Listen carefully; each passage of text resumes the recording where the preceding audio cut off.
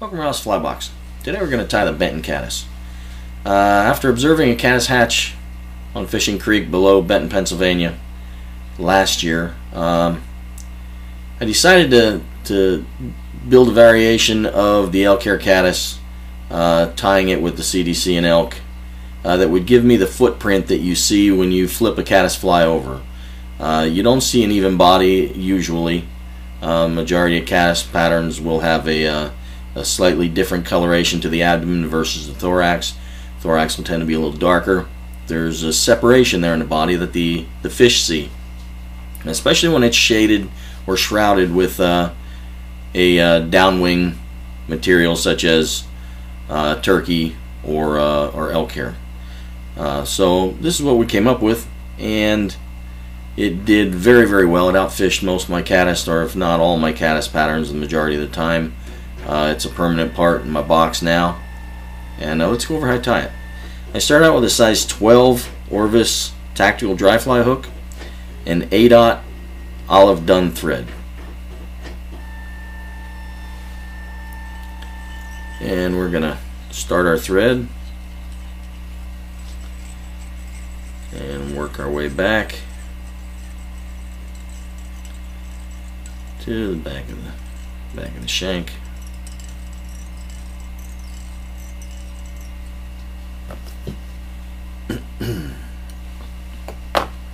And the first material we're going to tie in is an olive CDC feather. We're going to tie this in I guess you call it pettigene style. If you notice in most of his videos and when he does a lot of his bodies, he uses the entire feather, and that's what we're going to do here. We want to take the feather and sweep the entire feather back so you got all the fibers trapped. Do that with my other hand so that I don't have to transfer. What it's going to do is you're going to have a butt end with all your fibers trapped, or the majority of them, and you're going to tie them in. Don't worry about the tips being extended. Tie them in at the tie-in point at the back.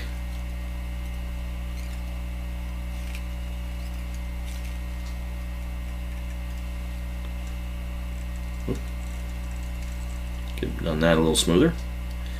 And then you're going to pull your fibers back, the whole feather back, because you want to use as much as possible. And when I get the fiber tips to about where my CDC is going to end anyway, then I'll finish tying that in. And you're not worried whether or not they stick up or not. You'll see in a minute. Then you're going to bring your thread up to about the 60% point on your hook. Then you're going to take your hackle pliers or whatever tool you prefer to use. And I use my hackle pliers and my shepherd's hook. And you're going to spin that feather into a rope. Don't overdo it. It will break off if you twist CDC too tight. And once you get that fuzzy styled rope, you're going to wind it forward. You're not going to taper this. It'll taper itself. You're going to put one wrap in front of the other.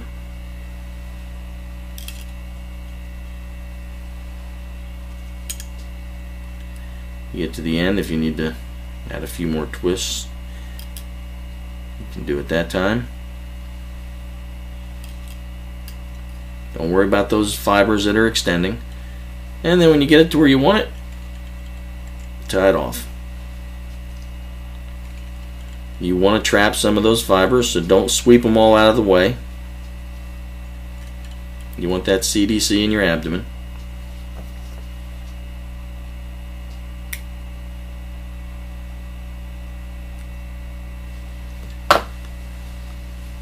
And that'll give you your abdomen. Like I said, don't trim any of the fibers. You want them. And you want them to kind of circle all the way around, so you're not going to trim the bottom and top of the sides. You're going to leave it just as it is. The next material you're going to tie in is a brown dry fly hackle. I'm using brown because of the color of the fly that I have on my water in Benton, or in the water that I fished there in Benton. It was an olive body. with a darker tan to brown thorax and legs. So that's what we're going with here. You can tie this in wet fly fashion so the outside of the curvature of the hook is towards the eye of the hook. And tie your butt end in there at the end of your thorax, or at the end of your abdomen.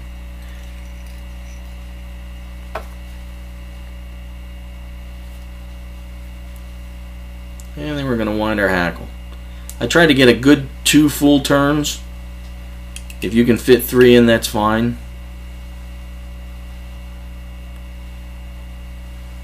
You want enough that your thorax is going to be prominent. And you're going to tie off. Don't crowd the eye. You still have your wing to tie in.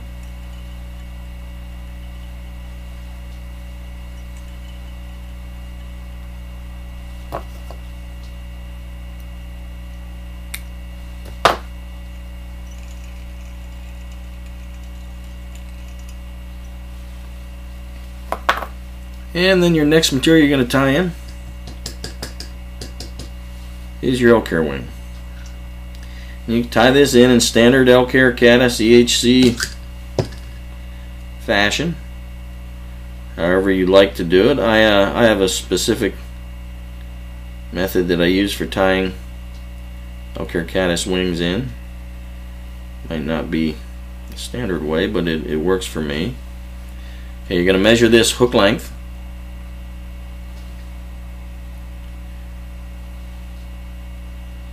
And I tie it in with the first half dozen wraps to flare it. And then I sweep my butt ends back and I give some tightening wraps in front of the wing. And then I bring my fibers back to the front, bring my thread to the collar again, give another half dozen or so wraps to lock it in place, and then back to in front of the wing and where we will tie off. A quick whip finish. My butt ends out of the way.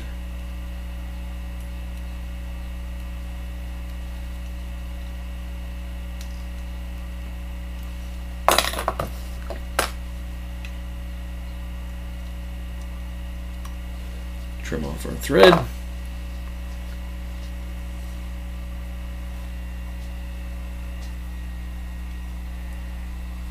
And trim our head.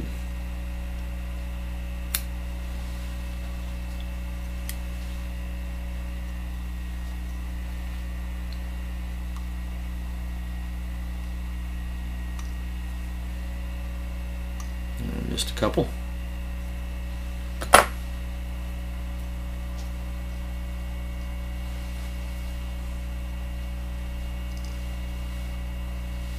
And there you have it.